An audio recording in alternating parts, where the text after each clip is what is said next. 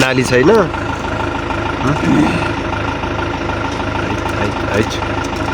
ल त भोलाको पहाड देखाउनु पर्यो मिसँग भोलाको पहाड गए पार्टीहरू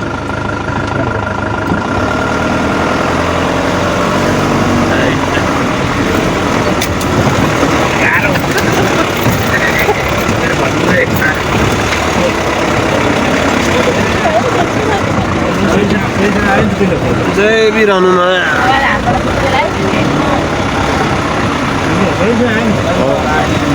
त्यही गाडीलाई चाहिँ एकदम अप्ठ्यारो पर्छ जय भोले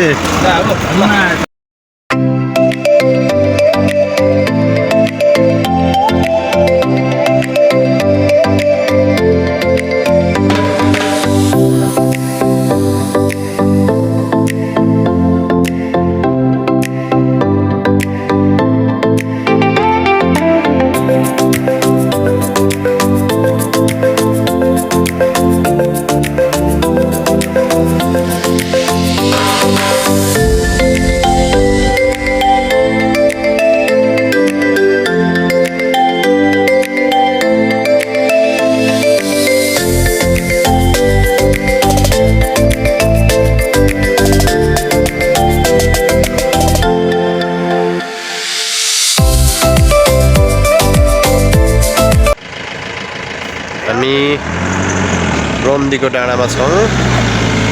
देख्न सक्नुहुन्छ तपाईले अत्यन्तै मनमोहक दृश्य रहेको छ हाम्रो कार्यक्रम स्थल चाहिँ यतापट्टि रहेको छ हामी 11 बजे आइपुग्यौँ हाम्रो यात्रा चाहिँ 7:30 बजे सुरु भएको थियो अब चाहिँ लगभग सबै आगन्तुकहरू आइसक्नु भएको छ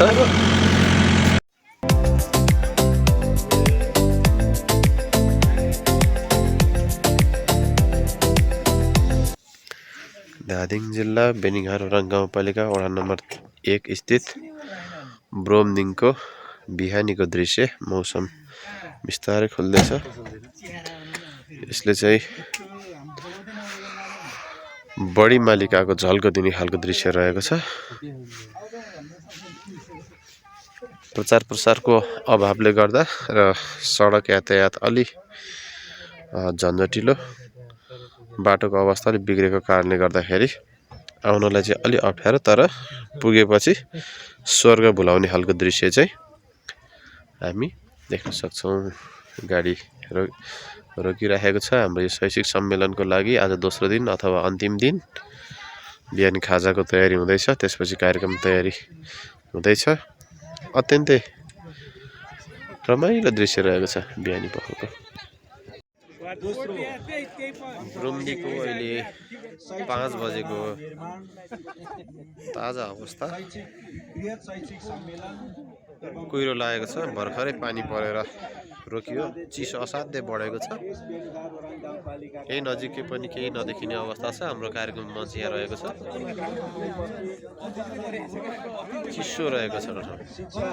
हामी तल्लो बेल्ट बस्दा साह्रै गर्मी हुन्थ्यो आज धेरै चिसोको अनुभव गर्न पाइएको छ सबै कुहिरो देख्न सक्नुहुन्छ यो ब्रह्मदीको डाँडा